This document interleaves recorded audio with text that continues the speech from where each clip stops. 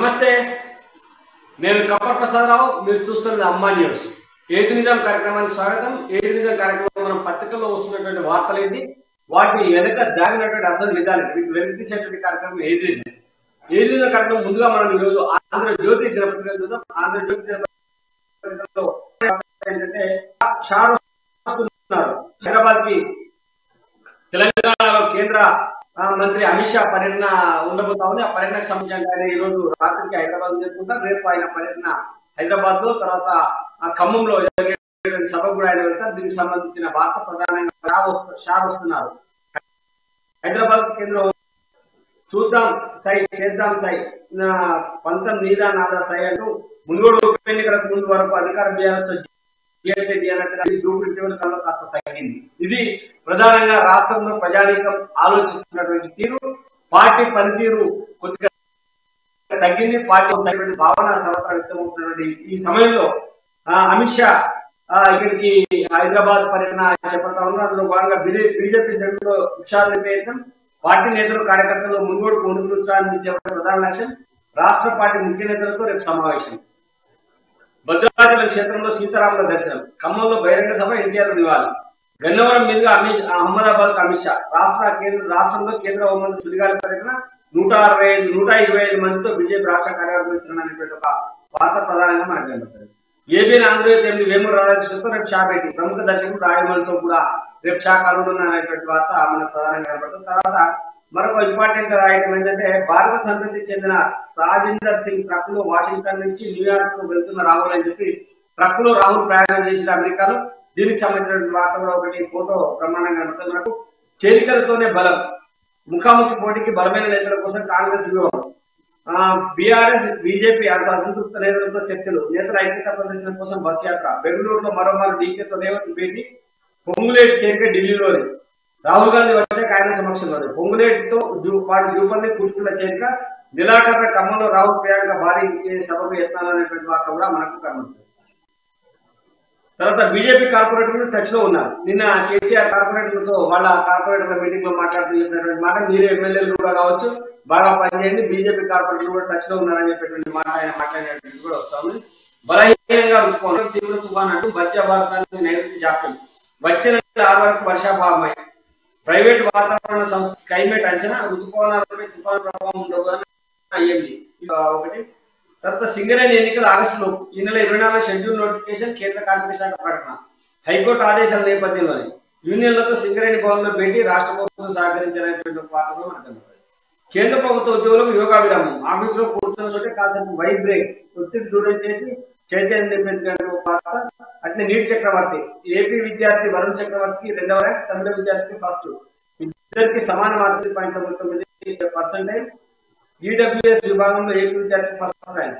అమ్మాయిల్లో ఏపీకి 6, తెలంగాణకు 10. టాప్ లో 10 ర్యాంకులలో 4 తమిళులే. యూపీకి అత్యధిక సీట్లు, ఆ తర్వాత స్థానంలో మహారాష్ట్ర, రాజస్థాన్ అనేటువంటి వార్త ఉంది. శిరీష కేసులో దర్యాప్తుపై సందేహాలు. దారుణ హత్యను ఆత్మహత్యగా చిత్రీకరించే కుట్ర, కళ్ళు మెడత తీవ్ర గాయాలు, ఘటనా స్థలి తలుపుల్లో అండర్గ్రౌండ్ రాజ్యం, అత్యాచారం చేసి చంపినట్టుగా ఆరోపణలు. వైద్యులపై పోలీసులు, రాజకీయ నేతల ఒత్తిళ్లు, పోలీసు రాజుతో మృతులాంటి తండ్రి బాబు అనేటువంటి వార్తగా మనకు ఒకటి కనబడుతుంది. బాసర ట్రిపుల్ విద్యార్థిని వేసవి సెలవుల అనంతరం ఇటీవల కాలేజీ పరీక్ష రాసిన తర్వాత బాత్రూమ్ లో ఊరేందుకు వార్త. మృత్యు కౌలికి చావుకు 3 సార్లు యత్నించిన తల్లి, 2 కూతుళ్లు. ఇంటి పెద్ద మృతితో విషాదంలో అమ్ముడు. 2 సార్లు చికిత్స, కౌన్సిలింగ్, 3వసారి వేసుకున్న ఆత్మహత్య అనేటువంటి వార్త. ఇది చాలా విషాదకరమైనటువంటి వార్త. ఆత్మహత్య నుంచి వాళ్ళు కౌన్సిలింగ్ కూడా ఇవ్వడం జరిగింది, అయినా కూడా వాళ్ళు తృప్తి చెందలేదు. వాళ్ళు ఆత్మహత్య చేసినటువంటి పొజిషన్.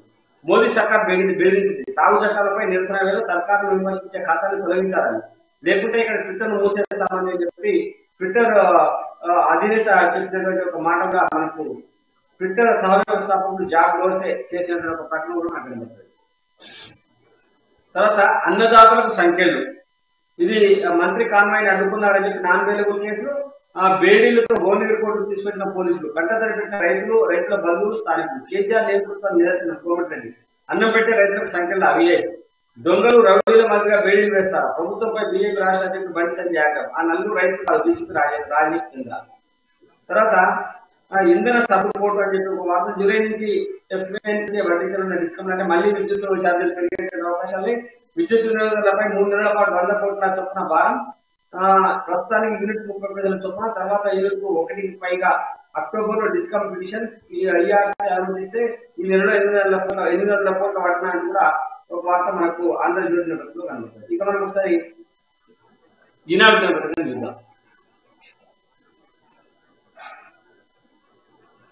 ఈనాడు దినపత్రికలో రోగ నిర్ధారణ గూగుల్ అంటే రోగ నిర్ధారణకు సంబంధించినటువంటి టెస్టులు చేసేటువంటి బిల్లులు 3 రోజులు పెరుగుతామని వాటి రేట్లు పెరగడం వల్ల ఇబ్బందులు ఎదురవుతున్నాయని చెప్పి 3 ఏళ్లలో 20-80% పెట్టిన పరీక్షల ధరలు కార్పొరేట్ ఆసుపత్రుల్లో మరీ దారుణం, నిమ్స్ తో పోలిస్తే 3 నుంచి 5 హెచ్చు, సర్కార్ నియంత్రణ లేకపోతే ఇష్టరాజ్యం చెప్పి ఒక వార్త ఒకటి మనకు కనబడతా ఉంటుంది. అంటే బిల్లులకు సంబంధించి సర్కారు ఒక ధర నిర్ణయించుకోవడం వల్ల ఇష్టానుసారంగా వాళ్ళు పెంచుకుంటూ పోతా ఉన్నారు. తర్వాత రైతుల ఖాతాలో పంట నష్టపరిహారం 1.30 లక్షల మందికి రూపాయలు 150 లక్షలు ఎకరాకు 10,000 చొప్పున బిడ్డ. భాజపా జమ్మూ కార్యవర్గం మరో 125 మంది సభ్యుల నియామకం అంటూ పాల్గొచ్చింది. తర్వాత కేంద్రం మమ్మల్ని బెదిరించిందంటూ ట్విట్టర్ అధినేత చెప్పినటువంటి ఒక మాట. దాని తర్వాత కొత్తగా తెదేపా సీనియర్ నేత కొత్తగూడ దయాకర్ రెడ్డికి అనుమతి టీడీపీలో ఎమ్మెల్యేగా చాలా సార్లు విజయం సాధించారు. చివరి దాకా టీడీపీ పార్టీ మీద ఉన్నారు. ఆయన నిన్న చనిపోయిన అనారోగ్య కారణాల వల్ల చనిపోయినారు. ఆయన పాడెలు చంద్రబాబు నాయుడు వాళ్ళ ఊరికి పోయి చంద్రబాబు నాయుడు ఆయన పాడెలు పోసినటువంటి పరిస్థితి. అంటే తెలుగుదేశం సిద్ధాంతానికి కట్టుబడి తెలుగుదేశంలోనే ఉండి తెలుగుదేశం కోసం పనిచేసినటువంటి గొప్ప నాయకుడు దయాకర్ రెడ్డి. ఆయన భార్య సీత కూడా అప్పట్లో ఎమ్మెల్యేగా ఉంది. ఇద్దరు భార్య భర్తలు ఇద్దరు అసెంబ్లీలో ఉండేవారు. దయాకర్ రెడ్డి అనేక అంశాల పైన అసెంబ్లీలో గడపెట్టినటువంటి చాలా సీనియర్ నాయకుడు. ఇప్పటికీ తెలుగుదేశం పార్టీ నేతగానే ఆయన మరణించారు. రైతులకు సంఖ్యటువంటి వార్త చాలా చిన్నగా ఇచ్చింది. అంటే ఈనాడు మనం చూస్తూ ఉన్నాం. టీఆర్ఎస్ కు సంబంధించినటువంటి వార్తల్ని చాలా పెద్దగా వేసి దాని వ్యతిరేక వార్తలు మాత్రం చాలా చిన్నగా ఇచ్చినటువంటి సందర్భంలో రైతులకు సంఖ్యలు వేసిన ఫోటో అని చెప్పి చిన్న వార్త వేసినట్టు ఫోటో కూడా లోపల వేసినట్టుగా ఉన్నారు వాళ్ళు. తర్వాత వరదలకు పరిష్కారం అనేటువంటి ఒక వార్త కూడా కనబడుతున్నారు. తర్వాత 17 జిల్లాల్లో వడగాలు, భద్రాద్రి, జనగామ, పెద్దపల్లి, సిద్దిపేట, సూర్యాపేట జిల్లాలో ఎక్కువ చూడతానేటువంటి వార్త. సీజన్ ముందుగా దందా అంటే పత్తి విత్తన ప్యాకెట్ అసలు ధర 853, పత్తి మార్కెట్ లో 2,500 వరకు వస్తుంది. ప్రభుత్వానికి 13 రోజులనే 2,000 ఫిర్యాదులు అంటూ గొప్ప వార్త ప్రధానంగా మనకు ఈనాడు పత్రికలో కనబడుతుంది.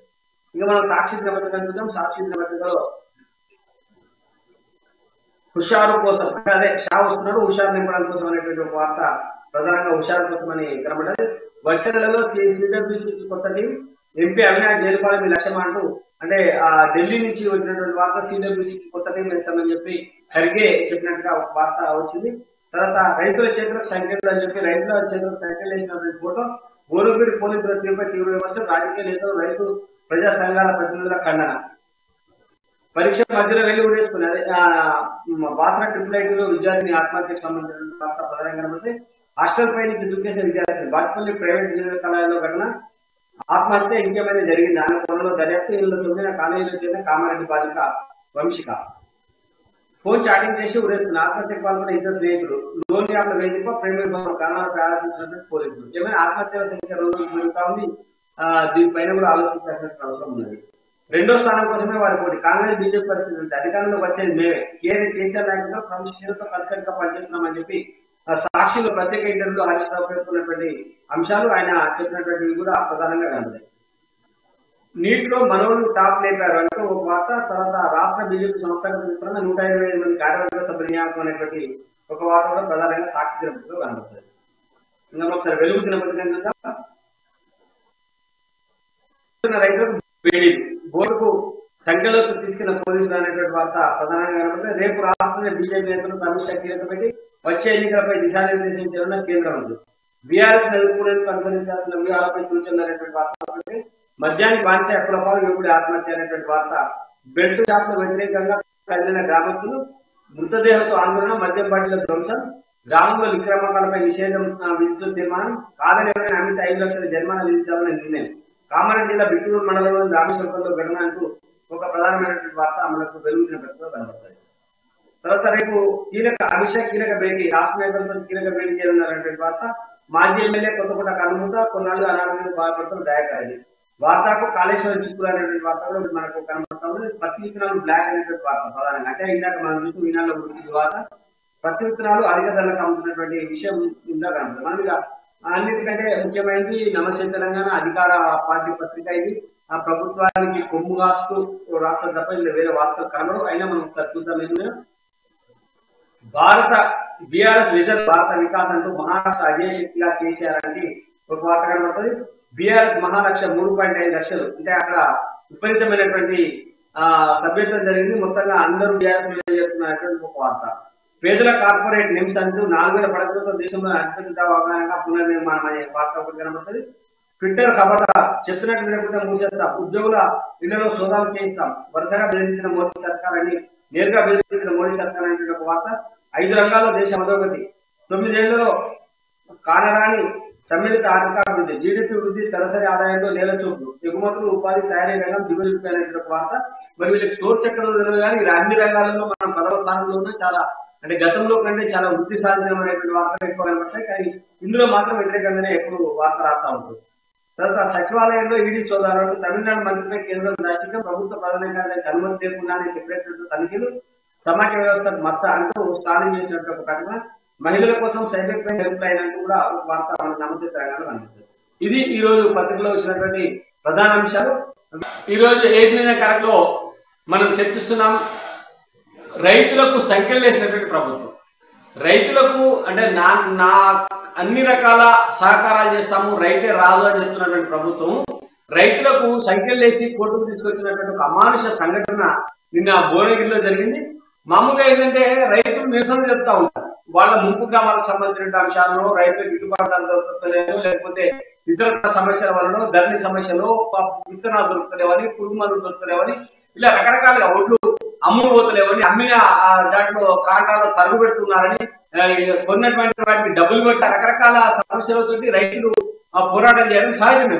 రైతు పోరాటాన్ని చూస్తూనే ఉంటారు. కానీ రైతు పోరాటాన్ని చూసినప్పుడు రైతుల్ని జైల్లో వేయడమే, రైతుల మీద కేసులు పెట్టి జైలు పంపడమే నేరం అంటే, రైతుల్ని కోర్టుకు తీసుకురావడం మనం చూస్తా ఉన్నాం.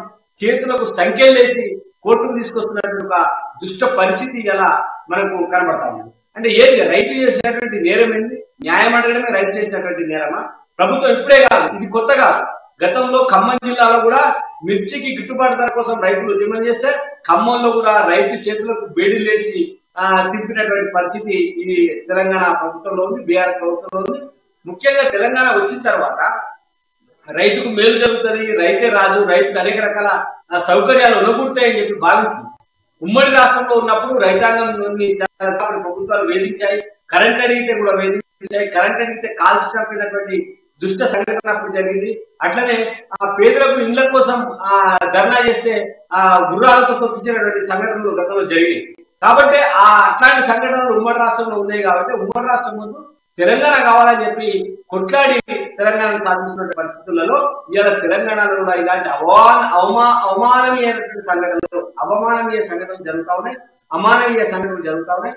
ఇవన్నీ కూడా చాలా దురదృష్టకరమైనటువంటి విషయం, ప్రజలలో చాలా పెద్ద ఎత్తున చర్చకు వస్తాం.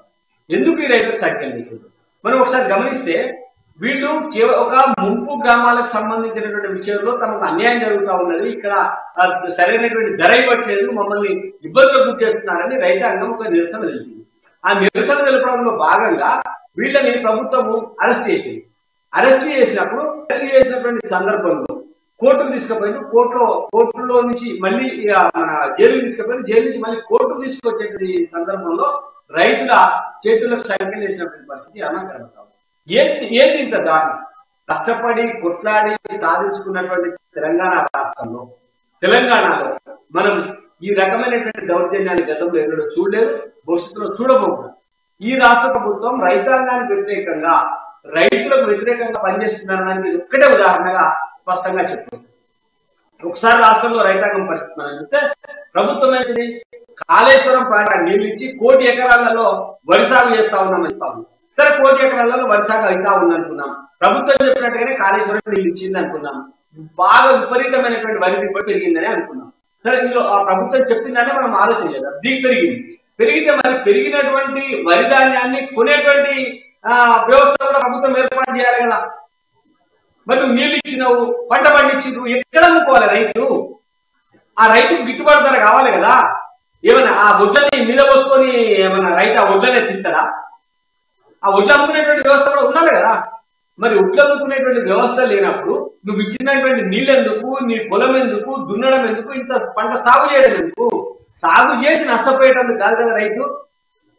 ఇలా రాష్ట్రంలో మనం గమనిస్తే అత్యంత దారుణంగా వడ్ల కొనుగోలు కేంద్రాలు ఉన్నాయి. ఇప్పటిదాకా కొనుగోలు జరగలేదు. కొన్నటువంటి రైతు వడ్లకు కూడా గిట్టుబాటు ధర రాకపోవడం వల్ల రైతులు 1600కు 1500కు తెగనమ్ముకుంటున్నటువంటి పరిస్థితి ఇలా రాష్ట్రంలో ఉంటే ప్రభుత్వం చెప్తా ఉన్నది ఇది రైతు సంక్షేమ ప్రభుత్వము, రైతు సంక్షేమ రాష్ట్రము, రైతాంగం కోసమే పనిచేస్తున్నామని చెప్తున్నటువంటి దుర్భర పరిస్థితి ఇలా రాష్ట్రంలో నెలకొని ఉందా లేదా? మరి ఇదేమని అడిగినటువంటి రైతుల్ని ఇట్లా చేతులకు బేడీలేసి దొంగలను తీసుకుపోయినట్టుగా, ఉగ్రవాదులను తీసుకుపోయినట్టుగా, లేకపోతే సంఘ విద్రోహ శక్తులను తీసుకుపోయినట్టుగా చేతులకు బేడీలేసి జైలు తీసుకెళ్లడమే దారుణమైతే అక్కడ పోలీస్ అధికారి దిక్కుమాలినటువంటి ఒక ప్రకటన చేసిన వీళ్ళు రైతులు కారు అని చెప్పి. అంటే రైతు అంటే నిర్వచనం ఏంటి? రైతు అంటే మేము చెప్పదలుచుకున్నాం. ఇలా కేసీఆర్ కూడా రైతే అని చెప్పి నేను కూడా రైతునే, రైతు బిడ్డనే, నేను కూడా వ్యవసాయం చేస్తున్నా అని చెప్తున్నాను కదా. మరి కేసీఆర్ రైతు కాదా? మరి కేసీఆర్ ముఖ్యమంత్రి కదా. మరి కేసీఆర్ ఆయనకైనా క్లెయిమ్ చేసుకుంటుండే కదా నేను రైతును అని. వాళ్ళు రైతులు కాదని ఏ లెక్కని చెప్పిండో ఆ డీసీపీ కూడా ఆ లేకపోతే పోలీస్ అధికారులు కూడా స్పష్టంగా చెప్పాల్సిన అవసరం అయితే ఉంది. వాళ్ళు వ్యవసాయం చేస్తా ఉన్నారు, వాళ్ళు భూమి దున్నుతా ఉన్నారు, వాళ్ళు పంట పండిస్తున్నారు. వాళ్ళు పంట పండించినా, భూమి దున్నినా, వ్యవసాయం చేసినా వాళ్ళు పోరాటం చేసింది దేనికోసం?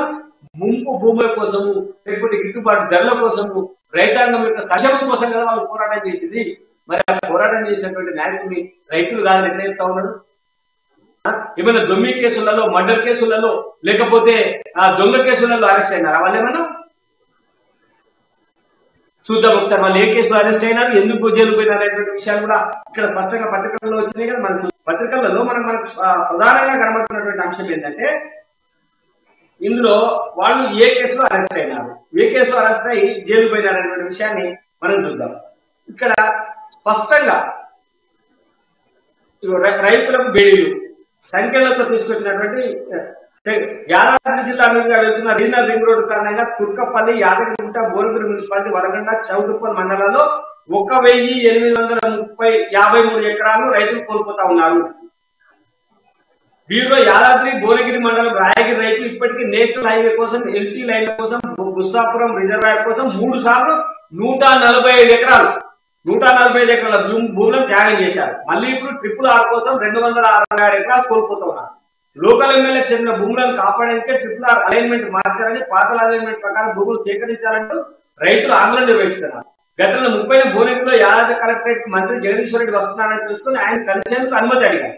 పర్మిషన్ ఇవ్వకపోవడంతో కలెక్టరేట్ ఎదుట గట్టి దహనం చేసి నిరసన తెలిపారు. అదే టైంలో అక్కడికి వచ్చిన జగదీష్ రెడ్డి కారును అడ్డుకునేందుకు ప్రయత్నం చేశారు. దీంతో Bhuvanagiri rural PS head constable Narayana Reddy ఫిర్యాదు మేరకు కలెక్టరేట్ పోలీస్ సెంట్రీస్ పోస్ట్ దహనానికి ప్రయత్నించారని, పోలీస్ వెహికల్ ధ్వంసం చేయడంతో పాటు జగదీష్ రెడ్డిని అడ్డుకున్నారంటూ 147, 148, 341, 427, 436, 353, 120 BRW 149 ఐపీసీ సెక్షన్ల కింద పీడీపీపీ యాక్ట్ కింద 6 రైతులపై నాన్ బెయిలబుల్ కేసులు పెట్టారు. వీళ్ళు మల్లేష్, పల్లెల యాదగిరి, నిఖిల్, మల్లెపోయిన బాలు, ముయన్ మునుపైన అరెస్ట్ చేసి అర్ధరాత్రి మధ్య తరలించారు. రైతు సంఘాల నేతలు గూడూరు నారాయణ రెడ్డి, రవికుమార్ పరారులో ఉన్నట్టు తెలిపారు. భువనగిరి సబ్ జైల్లో ఉండగా బీజేపీ, కాంగ్రెస్ లీడర్లు ములాఖాత్ కోసం ప్రయత్నించినా దీంతో వారిని నల్లగొండ జైలు తరలించారు. బెయిల్ వచ్చినా బెయిలేసి ఇది ఇంకా దారుణం. జైల్లో ఉన్న 4 అజ్ఞాతంలో ఉన్న గూడూరు నారాయణ రెడ్డి, తన్నేలపల్లి రవికుమార్లకు బెయిల్ పెంచడానికి అడ్వకేట్లు నరేంద్ర ప్రసాద్, సుధాకర్ రవికుమార్ ప్రయత్నిస్తున్నారు.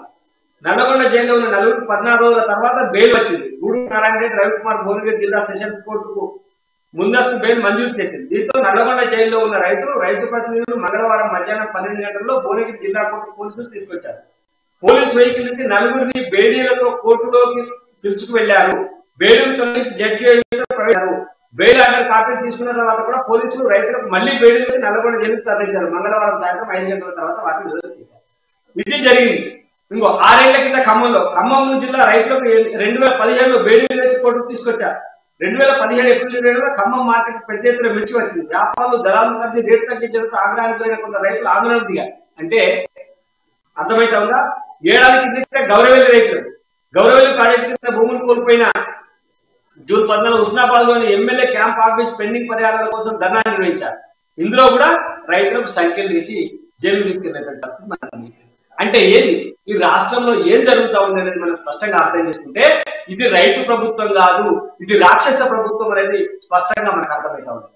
పేద భూములు అలైన్మెంట్ కోల్పోయి ఎకరాలకు పోతా ఉంటే నీకు రాయగిరి అంటే విలువైనటువంటి భూములు, జాతీయ రహదారికి పక్కన ఉండేటువంటి భూములు అన్ని అంత విలువైనటువంటి భూముల్ని కోల్పోతా ఉన్నాను, మాకు నష్టపరిహారం కూడా సరిగా ఇవ్వట్లేదు, ఎమ్మెల్యే నన్ను రక్షించడం కోసం ఎమ్మెల్యే భూములు రక్షించడం కోసం అలైన్మెంట్ మారుస్తున్నారని చెప్పి రైతులు ధర్నా చేస్తే తప్ప గడ్డిగా అలబెట్టి నిరసన తెలిపితే రైతులను అరెస్ట్ చేస్తారా, రైతుల్ని సంఖ్యలేసి జైలు తీసుకుపోతారా?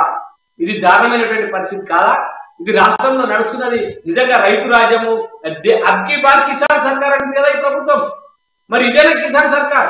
రాష్ట్రంలోని అధికారంలోకి వస్తే రైతులకు సంఖ్యలేసి జైలు తీసుకుపోతున్నటువంటి ప్రభుత్వము రేపు దేశంలో అధికారంలోకి వస్తే రైతులకు ఉరితాలు బిగిస్తుంది అనేటువంటి స్పష్టంగా మనకు అర్థమైతా ఉంది కదా. మన పోలీస్ అధికారులు చెప్తారు వాళ్ళు రైతులే కాదు, వాళ్ళు రియల్ ఎస్టేట్ వ్యాపారులు, రియల్ ఎస్టేట్ గొడవలు. రైతులు కాని వాళ్ళు ఎందుకు ధర్నా చేసిండ్రు? ఎవరి కోసం ధర్నా చేసిండ్రు? ఏ భూములు కాపాడుకోవాల్సిన ధర్నా చేసిండ్రు? తమ అద్దెక్రమో, పావెక్రమో, ఎకరమో, 2 ఎకరాలు అలైన్మెంట్ లో పోతా ఉంటే ఎట్లా బతకాలి అని చెప్పి అడగడం కోసం వచ్చినటువంటి రైతులకు కలెక్టర్ పర్మిషన్ ఇవ్వరు. పర్మిషన్ ఇవ్వకపోతే నిరసన తెలిపితే పోలీసులు ఇబ్బంది పెడతారు. కనీసం గడ్డి ఎండు గడ్డిని కాలగెడితే రైతు అన్నప్పుడు ఏదో ఒక నిరసన రూపం ఉండాలి కదా. పోలీస్ జీప్ వాళ్ళు పెట్రోల్ జల్లి తరగబెట్టడం, లేకపోతే పోలీస్ అధికారుల మన పోలీస్ స్టేషన్ మీద దాడి చేయలేదు, లేకపోతే అధికారులను కిడ్నాప్ చేయలేదు. ఏ రకమైనటువంటి కవ్వింపు చర్యలు లేకున్నా కూడా పోలీసులు అక్రమ కేసులు బనాయించి ఇలా రైతుల్ని ఇట్లా వేడుకలకు గురి చేస్తున్నటువంటి పరిస్థితి మనం చూస్తుంది. ఆల్రెడీ బెయిల్ వచ్చిన రైతులు కూడా బెయిల్ లేసి తీసుకుపోతున్నటువంటి పరిస్థితి తెలంగాణ రాష్ట్రంలో ఉందంటే మనం అర్థం చేసుకోవచ్చు. అబ్కి బార్ కిసాన్ సర్కార్ అంటే ఇప్పుడు రాష్ట్రంలో ఉన్నది కిసాన్ సర్కార్ కాదా, రాష్ట్రంలో ఉన్నది రాక్షస సర్కారా? కాబట్టి ఈ సర్కార్ను మార్చాల్సినటువంటి అవసరం అయితే ఉన్నది. అబ్కి బార్ కిసాన్ సర్కార్ రావాలి, కానీ అది బీఆర్ఎస్ తో సాధ్యం కాదు. బీఆర్ఎస్ కేవలం కిసాన్ కు వ్యతిరేకంగా పనిచేసేటువంటి సర్కారు, బీఆర్ఎస్ కేవలం దళాలకు మద్దతుగా పనిచేసేటువంటి సర్కారు, బీఆర్ఎస్ కేవలం వాళ్ళ పార్టీలో ఉన్నటువంటి రియల్ ఎస్టేట్ వ్యాపారాల కోసం పనిచేసేటువంటి సర్కార్ అని స్పష్టంగా అర్థమవుతా ఉంది. 111 జీవోలు మార్చినప్పుడు మనకు అర్థం కాలే. 111 జీవో రద్దు చేయకంటే ముందు జరిగింది 111 జీవో ప్రాంతంలో ఉండబడేటువంటి వేలాది ఎకరాల భూముల్ని బీఆర్ఎస్ పార్టీలో ఉండబడేటువంటి నాయకులందరూ కొనుగోలు చేసి ఆ జీవో రద్దు చేసి ఇప్పుడు 10 రూపాయలకు కొన్న దాన్ని 1000 రూపాయలు అమ్ముకున్నటువంటి పరిస్థితి ఇలా అక్కడ ఆ 111 జీవో పరిధిలో కనబడతా ఉంది. అంటే ఈ ప్రభుత్వం స్పష్టంగా రైతులకు వ్యతిరేకంగా దళారులకు అనుకూలంగా ఉందనేది స్పష్టంగా అర్థమవుతుంది. మనం ఒడ్ల కొనుగోలు కూడా చూడవచ్చు. ఒడ్ల కొనుగోలు విషయంలో రైతులు ముందుగా ఐకేపీ సెంటర్లకు అమ్ముకుంటే ఐకేపీ సెంటర్లో కొనరు, ఐకేపీ సెంటర్లు బంద్ ఉంటాయి, వర్షాలు పడుతుంటాయి. ఏం చేయాలి? రైతు దిక్కు చోతగా రైస్ మిల్కి అమ్ముకోవాలి. రైస్ మిల్కి ఎందుకు అమ్ముకోవాలి? ప్రభుత్వం నిర్ణయించిన ధర కంటే 600-700 తక్కువకు రైస్ మిల్క్ అమ్ముకుంటాడు. అయితే రైస్ మిల్క్ అమ్ముకున్న రైస్ మిల్లర్ ఏం చేస్తాడంట, అదే వడ్లను అదే రైతు పేరుతో మళ్ళీ ఐకేపీకి అమ్ముతుంది. ఐకేపీకి అమ్మి ఎలాంటి చేతికి మట్టంటే కూడా కింటల్కు 700 రూపాయల చొప్పున అధిక ధర మిల్లర్కు లభిస్తుంది, రైతు నష్టపోతాడు. ఆ మిల్లర్ ఎవరు? మళ్ళీ బీఆర్ఎస్ పార్టీ బినామీలే ఆ మిల్లర్గా ఉన్నారు. బీఆర్ఎస్ పార్టీలో ఉండే బినామీలే వ్యాపారాలు చేస్తా ఉన్నారు. బీఆర్ఎస్ పార్టీలో ఉండే బినామీలే రియల్ ఎస్టేట్ వ్యాపారాలు చేస్తా ఉన్నారు. అంటే టోటల్ గా బీఆర్ఎస్ పార్టీ అనేది ఒక రాష్ట్రంలో ఒక వ్యాపార రంగ సంస్థగా మారిపోయింది. వాళ్ళ పార్టీలో ఉండేటువంటి అందరికీ ఆర్థిక లబ్ధి చేకూరడం కోసం వాళ్ళకు రైతులకు బేడీలేస్తారు, అవసరమైతే రైతులను కాల్చి చంపడానికి కూడా వెనుకపోయినటువంటి పరిస్థితి అలా రాష్ట్రంలో నెలకొన్నాక మనకు స్పష్టంగా అర్థమవుతాం. మరి ఇది రేపు చూద్దాం. రేపు మంది చెప్పే మాటలు చెప్తారు, రైతే రాదు, రైతు సంక్షేమం. కేవలం ఒక రైతు బంధు అనేటువంటి ఒక్క పేరుతోటి రైతాంగానికి రావాల్సిన అన్ని సబ్సిడీలలో కోత విధించింది, రైతాంగానికి గిట్టుబాటు లేకుండా చేసిండ్రు, రైతాంగం ఎక్కడ పడితే అక్కడ ధాన్యం అమ్ముకోకుండా చేసిండ్రు, మిల్లర్ల దోపిడీ ఇష్టారాజ్యంగా మారిపోతా ఉన్నది. వీళ్ళు ఎకరాకు 10,000 ఇస్తూ ఎకరాకు 30,000 రూపాయల నష్టం రైతు కలిగిస్తున్నటువంటి పరిస్థితి అయితే ఇలా రాష్ట్రంలో ఉన్నది. రాష్ట్ర రైతాంగం దీన్ని తెలుసుకోవాల్సినటువంటి అవసరం అయితే ఉన్నది. ఖమ్మంలో బేడీ వేస్తే మాట్లాడలేదు, కృష్ణాబాయిలో బేడీ వేస్తే మాట్లాడలేదు, భువనగిరిలో బేడీ వేస్తే మాట్లాడలేదు అని చెప్పి ప్రభుత్వం అనుకుంటుందేమో. ప్రభుత్వానికి వ్యతిరేకంగా మాట్లాడడానికి రైతాంగానికి శక్తి లేదనుకుంటున్నామో. కానీ అవసరం వచ్చినప్పుడు కీలు చూసి వాతరి కర్రు కాల్చి వాత పెట్టేటువంటి కీలకి వాత పెట్టడం చూసినావా అట్లా కర్రు కాల్చి వాత పెట్టేటువంటి రోజు కోసం రైతాంగం ఎదురు చూస్తుందనేటువంటి విషయాన్ని ఈ ప్రభుత్వం మర్చిపోదు. చూద్దాం మరి రైతాంగం దీనిపైన ఏ విధంగా రియాక్ట్ అవుతుంది, ఏ విధంగా మాట్లాడతారు. రైతాంగాన్ని ఈ ప్రభుత్వం రైతులకు బేడి చేసినటువంటి పోలీసుల పైన ఏమైనా చర్యలు తీసుకుంటుందా, తీసుకోదా మనం ఎదురు చూద్దాం. మరి ప్రభుత్వం దీనిపైన ఏం వివరిస్తుందో చూద్దాం. పోలీసు అధికారులకి వాళ్ళు రైతుల గారిని కొట్టిపడేసింది, మరి ప్రభుత్వం కూడా అదే విధంగా కొట్టిపడేసేది కావచ్చు. దీని గురించి మనం మళ్ళీ భవిష్యత్తులో జరగబెట్టే అనేక పరిణామాలను మనం చూద్దాం, విశ్లేషిద్దాం. ఇక రెండో అంశంలోకి వెళ్దాం. మనం ముఖ్యంగా ఇలా బీజేపీ అగ్రనాయకుడు కేంద్ర హోంశాఖ మంత్రి అమిత్ షా గారు రాష్ట్ర పర్యటనకు వస్తా ఉన్నారు. ఇలా రాత్రి వారు హైదరాబాద్ ఎయిర్పోర్ట్ కు వస్తారు. రాత్రి హైదరాబాద్ లో బస్ చేసి రేపు ఉదయం హైదరాబాద్ లో కొంతమంది ప్రముఖులు కలుస్తారు. ముఖ్యంగా మన రాజమౌళి, సినీ డైరెక్టర్ రాజమౌళి గారిని, అట్లనే మిగతా కొందరు సినీ యాక్టర్లను, కొంత పత్రికాధిపతులు కూడా వాళ్ళు కలిసేటువంటి అవకాశాన్ని. దాని తర్వాత ముఖ్య నాయకులతో కూడా అమిత్ షా గారు మాట్లాడతారు. దాని తర్వాత భద్రాచలం వెళ్లి భద్రాచలంలో శ్రీరాముని దర్శనం చేసుకున్న తర్వాత ఖమ్మం వెళ్లి ఖమ్మంలో బహిరంగ సభలో మాట్లాడతారు. అంటే ఇలా రాత్రి చేరుకొని రేపు ఉదయం ఈ కార్యక్రమాన్ని వారు నిర్వహించేటువంటి అవకాశం. మరి అమిత్ షా మామూలుగా వస్తారు పోతారు కదా, ఇంతెందుకు ప్రాధాన్యం అంటే అమిత్ షా పర్యటన రాష్ట్రంలో అత్యంత కీలక మలుపు తిప్పబోతా ఉన్నది. కర్ణాటక ఎన్నికల తర్వాత, కర్ణాటకలో కాంగ్రెస్ పార్టీ గెలిచిన తర్వాత రాష్ట్రంలో భారతీయ జనతా పార్టీ కొంత వెనుకబడిపోయింది. భారతీయ జనతా పార్టీ కార్యకర్తల్లో, నాయకుల్లో కొంత ఆందోళన కనిపిస్తుంది అనేటువంటి వార్తలు వస్తా ఉన్నాయి. నాయకుల మధ్యలో కూడా పొసగడం లేదు, అనేక గ్రూపులుగా విడిపోయి ఆ పార్టీ కొంత బలహీనపడుతున్నటువంటి పరిస్థితి ఉన్నది అనేటువంటి వార్తలు వస్తా ఉన్నాయి.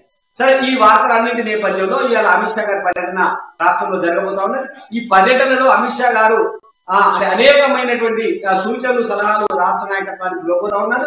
రాష్ట్ర నాయకత్వాన్ని ఏకతాటిపైకి తెచ్చి మళ్ళీ బీజేపీకి పునర్వైభవం తీసుకొచ్చేటువంటి ప్రయత్నం చేయబోతున్నారనేటువంటి విషయం చర్చకు వస్తా ఉన్నారు. ఏం చేయబోతా ఉన్నారు అమిత్ షా గారు అంటే, అమిత్ షా గారు ఇక్కడ అమిత్ షా గారి దగ్గర ఏమైనా మంత్రదండం ఉందా, చూమంత్రకాలు అని చెప్పి బీజేపీ అధికారంలోకి ఇవ్వడానికి ప్రయత్నం చేస్తారంటే కాదు. బీజేపీ నాయకుల్లో కొత్త హుషారు నింపడం కోసం, బీజేపీ నాయకులకు కొన్ని ఉన్నటువంటి అనుమానాలను తొలగించడం కోసం, భారతీయ జనతా పార్టీ రాష్ట్ర ప్రభుత్వానికి వ్యతిరేకంగా గట్టిగా కొట్లాడుతుందని చెప్పడం కోసం, బీజేపీ రాబోయేటువంటి రోజుల్లో పటిష్టమైనటువంటి యంత్రాంగాన్ని రూపొందించుకొని బీఆర్ఎస్ కి ప్రత్యామ్నాయమైనటువంటి పార్టీగా రాష్ట్రంలో ఎదుగుతుంది అనేటువంటి ఒక విశ్వాసాన్ని క్యాడర్ కు కల్పించడం కోసం అమిత్ షా గారు ప్రయత్నం చేయబోతా ఉన్నారు. కర్ణాటకలో కాంగ్రెస్ పార్టీ గెలుపు తర్వాత రాష్ట్రంలో కాంగ్రెస్ పార్టీ కొంత పుంజుకున్నది, బాగా ఊపందుకున్నటువంటి విషయం మనకు తెలుసు. అయితే దాని నుంచి కొంత ఆ క్యాడర్ ను బయటికి తేవడం, క్యాడర్ కు కొత్త ఉత్సాహాన్ని నింపడం కోసమే అమిత్ షా గారు పర్యటన చేస్తా ఉన్నారు. మరి రేపు ఖమ్మంలో భారీ బహిరంగ సభ, అంటే సుమారు 1,00,000 మందితోటి ఒక భారీ బహిరంగ సభ నిర్వహించాలని కూడా బీజేపీ ఇప్పటికే ప్లాన్ చేసింది. ఆ మేరకు అక్కడ ప్రయత్నాలు జరుగుతూ ఉన్నాయి. బండి సంజయ్ గారు ఖమ్మం వెళ్లి పరిశీలన జరిపించారు. ఇదంతా ఎందుకంటే ఖమ్మానికి సంబంధించిన ముఖ్య నాయకులు కాంగ్రెస్ పార్టీలో చేరేటువంటి సందర్భం ఉంది, చేరుతున్నారు. కాబట్టి వీళ్ళు ఈ ప్రయత్నాలు కొనసాగుతున్నట్టు పర్యటన బీజేపీలో ఏ మేరకు కొత్త ఉత్సాహాన్ని నింపేటువంటి అవకాశాలు ఉన్నాయి. అమిత్ షా గారు బీజేపీ నాయకులకు ఏ రకమైనటువంటి దిశానిర్దేశం చేస్తారు. ఇప్పటిదాకా కొంత నిస్తేజంగా ఉన్నటువంటి బీజేపీ మళ్ళీ ఉడుకులు పరుగులు పెడుతుందా, మునుగోడు ఎన్నికలకు ముందు ఉన్న ఉత్సాహాన్ని మళ్ళీ కార్యకర్తలు నింపాలనేటువంటి ప్రయత్నం ఇలా బీజేపీ చేస్తున్నట్టుగా అనిపిస్తా ఉంది. అది ఏ మేరకు ఫలితాన్ని ఇస్తుంది అనేది మనం వేచి చూడాల్సిన అవసరం అయితే ఉంది. సరే, ఇది బీజేపీ పరిస్థితి. మనం మరొక అంశంలోకి వెళ్దాం. అది ముఖ్యంగా రాష్ట్రంలో కాంగ్రెస్ పార్టీ ఉత్సాహాన్ని గమనించాలి. ఉత్సాహంగా ముందుకు పోతా ఉంది. ఆ పార్టీలో పొంగులేటి శ్రీనివాస్ రెడ్డి, అట్లనే జూపల్లి కృష్ణారావు గారు, తర్వాత మాజీ మన మహబూబ్నగర్ సంబంధించిన ఎమ్మెల్సీ, వీళ్ళందరూ కూడా ఆ పార్టీలో చేరబోతున్నటువంటి వార్తలు వస్తూ ఉన్నాయి. వాళ్ళందరి చేరికతో పార్టీ మరింత బలోపేతమయ్యేటువంటి అవకాశాలు చెప్తా ఉన్నారు. మరి వీళ్ళందరూ చేరడం వల్ల ఏ రకమైనటువంటి ఉత్సాహం కాంగ్రెస్ పార్టీలో వస్తా ఉంది అంటే, కాంగ్రెస్ పార్టీలో ఇప్పటిదాకా అనేక గ్రూపులుగా ఉన్నటువంటి కోమటిరెడ్డి వర్గము, తర్వాత రేవంత్ వర్గము, తర్వాత బట్టి విక్రమార్క ఒక వర్గము, ఇట్లా అనేక వర్గాల గ్రూపులుగా విడిపోయినటువంటి కాంగ్రెస్ పార్టీ ఇప్పుడిప్పుడు ఐక్యత రాగాన్ని ప్రదర్శించి కొంత బలంగా ముందుకు పోతున్నట్టుగా కనబడుతుంది. కాంగ్రెస్ పార్టీలో చాలా సీనియర్ గా ఉన్నటువంటి జానారెడ్డి గాని, ఉత్తమ్ కుమార్ రెడ్డి గాని, రేవంత్ మన కోమటిరెడ్డి వెంకటరెడ్డి గాని, హనుమంతరావు గాని, అనేక మంది నాయకులు రేవంత్ రెడ్డి గారిని వ్యతిరేకిస్తున్నట్టు గతంలో వార్తలు. మరి రేవంత్ రెడ్డి గారిని వ్యతిరేకిస్తున్నటువంటి నాయకులందరూ కూడా ఏం చేయబోతా ఉన్నారంటే, వాళ్ళందరిలో రాష్ట్ర హైకమాండ్ ఏదైతే ఉందో హైకమాండ్ ఇక్కడ ఇన్ఛార్జిని మార్చిన తర్వాత కొంత మార్పు కనబడతా ఉంది. నిన్న ఠాకూర్ వచ్చిన తర్వాత అందరినీ సమైక్యపరిచి పార్టీని ముందుకు తీసుకుపోవడానికి ఒక ప్రయత్నం అయితే జరుగుతా ఉంది. ఆ ప్రయత్నంలో భాగంగా అనేక కార్యక్రమాలు జరిగినాయి. అనేక కార్యక్రమాలలో బట్టి విక్రమార్క గారి పాదయాత్ర చాలా బ్రహ్మాండంగా జరుగుతా ఉంది. 1000 కిలోమీటర్ల యాత్ర పూర్తయింది. మరి ఆ యాత్ర ముగింపుకు పెద్ద ఎత్తున సభ ఏర్పాటు చేయాలని కూడా కాంగ్రెస్ పార్టీ భావిస్తా ఉన్నది. మనము కాంగ్రెస్ పార్టీలో అనైక్యత ఎన్నికలకు ముందు ఉండబడేటువంటి అనైక్యత ఎన్నికల దగ్గర పడుతున్న కొద్ది రూపు మారి ఐక్యంగా మారితే భారతీయ జనతా పార్టీలో ఐక్యంగా ఉండబడేటువంటి నాయకత్వం మధ్యన గొడవలు ఉన్నట్టుగా పెద్ద ఎత్తున ప్రచారంలోకి వస్తాము. సరే గొడవలు ఉన్నాయా లేదా అనేది అంశం పెడితే పెద్ద ఎత్తున ప్రచారంలోకి వస్తాము. అంటే ఒకవైపు కాంగ్రెస్ లో ఐక్యత కనబడతా ఉన్నది, బీజేపీలో కొంత అనైక్యత వాతావరణం ఉన్నట్టుగా ప్రచారం జరుగుతా ఉంది.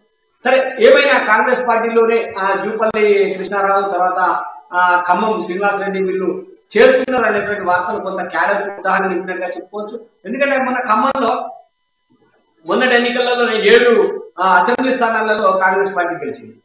చాలా బలంగా అంటే బీఆర్ఎస్ పార్టీ ఒకే ఒక స్థానానికి పరిమితమైంది, మొత్తంగా తుడిచిపెట్టిపోయినటువంటి పరిస్థితి అక్కడ ఖమ్మంలో ఉంటే, ఖమ్మంలో ఉన్న ఒక బట్టి విక్రమార్క తప్ప మిగతా అందరిలో మళ్ళీ పోయి బీఆర్ఎస్ పార్టీ అనేటువంటి పరిస్థితి అయితే మనం చూస్తున్నాం. అంటే ఖమ్మంలో బీఆర్ఎస్ పార్టీ చాలా బహిరంగంగా ఉంది.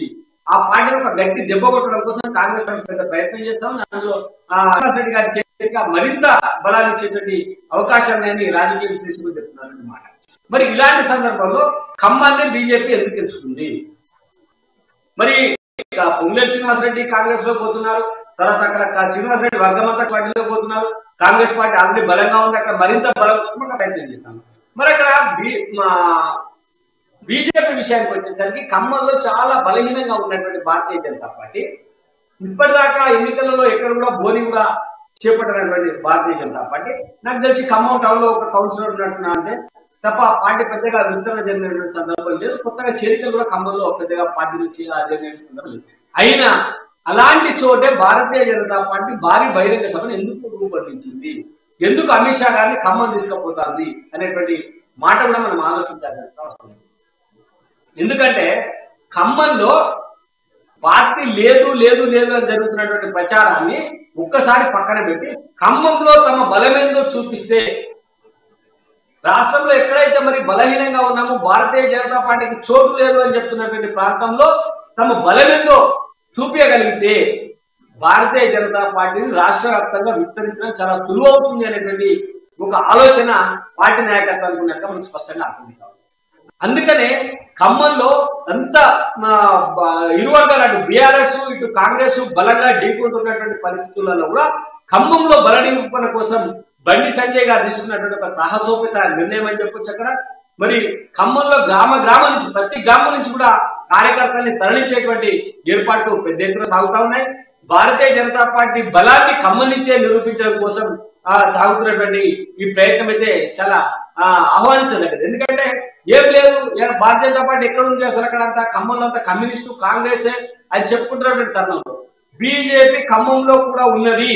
ఖమ్మంలో భారతీయ జనతా పార్టీకి ఖమ్మంలో కూడా ప్రజలు సహకరిస్తున్న విషయాన్ని రుజువు చేయడం కోసం బండి సంజయ్ గారికి ఒక సాహసోపేత నిర్ణయాన్ని తీసుకున్నారు. మరి చూద్దాం, పొంగులేటి శ్రీనివాసరెడ్డి జూపల్లి కృష్ణారావులు కాంగ్రెస్ పార్టీలో చేరినప్పటికీ కాంగ్రెస్ పార్టీలో చేరబోతున్నటువంటి విషయం తెలిసి కాంగ్రెస్ పార్టీ బలపడుతుంది అనేటువంటి విషయం ప్రచారంలో ఉన్నప్పటికీ మరి ఖమ్మంలో సభ బీజేపీకి ఏ రకమైనటువంటి బూస్ట్ ఇస్తా ఉంది, ఖమ్మంలో సభ బీజేపీని ఏ మేరకు ఎంత బలాన్ని ఇవ్వబోతా ఉంది, అమిత్ షా గారి మ్యాజిక్ ఏంటి, మంత్రం ఏంటి, కార్యకర్తలకు ఉపదేశించేటువంటి ఉపదేశం ఏంటి అనేది మనకు రేపు తెలియబోతా ఉంది. రేపటి తర్వాత భారతీయ జనతా పార్టీ రూట్ కొద్దిగా మారేటువంటి పట్టాలకి అవకాశాలు అయితే మనకు స్పష్టంగా కనిపిస్తాయి. మరి ఇది కాంగ్రెస్ పార్టీ బీజేపీ రాజకీయ తర్వాత మనం బీఆర్ఎస్ పార్టీ ఏం చేస్తుందో ఒక్కసారి మనం చూద్దాం. బీఆర్ఎస్ పార్టీ కూడా ముఖ్యమంత్రి గారు జిల్లా పర్యటనలో పోయి పెద్ద ఎత్తున హామీలు ఇవ్వడం, కాంగ్రెస్ పార్టీని మొత్తంగా కాంగ్రెస్ పార్టీ టార్గెట్ గా ముఖ్యమంత్రి గారు అనేక మాటలు మాట్లాడుతాము. మనకు ప్రధానంగా వినపడుతుంది అంటే ముఖ్యమంత్రి గారు కలెక్టరేట్ల కార్యాలయాలు ప్రారంభోత్సవానికి వస్తా ఉన్నారు, అధికారిక పర్యటన చేస్తా ఉన్నారు, పార్టీ బహిరంగ సభలో మాట్లాడుతా ఉన్నారు. ఇది చాలా విచిత్ర పరిస్థితి. అధికారిక డబ్బులు పెట్టిపోతా ఉన్నాడా, పార్టీ కార్యక్రమాలకు పార్టీ డబ్బులు ఖర్చు పెడతా ఉన్నాడా, ముఖ్యమంత్రి అధికారిక పర్యటనలో పార్టీ కారు గుర్తు బొమ్మలు పెట్టి ఫ్లెక్సీలు వేసి మరి అధికారులు చేస్తున్నటువంటి చోద్యం అంతా కూడా చాలా విచిత్రంగా కనబడతా ఉంది. అంటే పార్టీని బలోపేతం చేయడం కోసం, ఎన్నికలలో పార్టీని ఎన్నికల రంగంలో ఉంచడం కోసం ప్రభుత్వ ధనాన్ని యథేచ్ఛగా ఖర్చు పెడుతున్నట్టుగా మనకి ఇక్కడ స్పష్టంగా అర్థమవుతుంది. మరి ముఖ్యమంత్రి విధానం ఏ రకంగా ఉంది. తర్వాత కేటీ రామారావు గారు కూడా నిన్న ఆసక్తికరమైన వ్యాఖ్యలు చేశారు. ఏంటంటే బీజేపీకి సంబంధించినటువంటి కార్పొరేటర్లు చాలా మంది తమతో టచ్ లో ఉన్నారు, వాళ్ళందరూ బీఆర్ఎస్ లోకి వచ్చేటువంటి అవకాశాలు ఉన్నాయి. తర్వాత కార్పొరేటర్ కూడా మీరు గట్టిగా పనిచేసే మీకు ఎమ్మెల్యే టికెట్లు, ఎమ్మెల్యేలు కూడా కావచ్చు, ఎమ్మెల్యే అవకాశాలు ఉన్నాయని చెప్పి నిన్న కేటీ రామారావు గారు ఒక సంచలన వ్యాఖ్యలు అయితే చేసింది. అంటే నిజంగానే కొన్ని చోట్ల అభ్యర్థులను మార్చేటువంటి ఆలోచన మా బీఆర్ఎస్ పార్టీకి ఉన్నట్టుగా మనకి ఇక్కడ కనబడతా ఉంది. మరి బీఆర్ఎస్ పార్టీ కొందరు అభ్యర్థులు మారిస్తే ఆ అభ్యర్థుల స్థానంలో కొందరు కార్పొరేటర్లకు లేకపోతే భారతీయ జనతా పార్టీ వచ్చేటువంటి వారికి టికెట్ ఇచ్చి ఆకర్షించడం కోసం ఒక అంతర్గత ప్రయత్నం అయితే జరుగుతున్నట్టుగా ఆయన నిన్న కేటీ రామారావు గారి మాటల్లో మనకు స్పష్టంగా అర్థమైంది. మరి ఇంకా బీఆర్ఎస్ విస్తరణలో భాగంగా మహారాష్ట్ర నేతలు చాలా మంది బీఆర్ఎస్ పార్టీలో చేరుతా ఉన్నారు. 3.5 లక్షల సభ్యత్వం మహారాష్ట్రలో జరిగిందనేటువంటి వార్త కూడా మనకి ఇలా పత్రికల్లో మనం చూసినాం. అంటే బీఆర్ఎస్ పార్టీ కేవలం మహారాష్ట్ర మిగతా ఎక్కడ కూడా విస్తరణ కార్యక్రమాన్ని చేపట్టడం లేదు. ఏ నాయకుడు కూడా పెద్దగా పార్టీలో వచ్చి చేస్తున్న సందర్భం అయితే కనబడుతుంది. రాష్ట్రంలో పార్టీ రేపు రాబోయేటువంటి ఎన్నికల్లో కొంత భయం, ఆందోళన అయితే బీఆర్ఎస్ పార్టీలో కనబడతా ఉంది. ఎందుకంటే కాంగ్రెస్ పార్టీ, బీజేపీ వ్యూహాన్ని తిప్పికొట్టడం కోసం బీఆర్ఎస్ కొంత ప్రయత్నం చేస్తా ఉంది. ధరణి పేరుతో రేపు ఎన్నికలకు పోవాలి, ధరణి పూర్తిగా సక్సెస్ అయింది అనేటువంటి మాట బీఆర్ఎస్ చెప్తా ఉంటే, ధరణి పేరుతో కూడా కాంగ్రెస్ ఎన్నికల్లో ధరణి ఫెయిల్యూర్స్ మీద యుద్ధం ప్రకటించేటువంటి అవకాశాలే. ఇది ఈ రోజు మన పత్రికలో వచ్చినటువంటి ఆ అంశాలపైన క్షుణ్ణంగా జరిగినటువంటి విశ్లేషణ. మనం మళ్ళీ రేపటి కార్యక్రమం అంతవరకు సెలవు. చూస్తూనే ఉండండి అమ్మా న్యూస్. నమస్తే.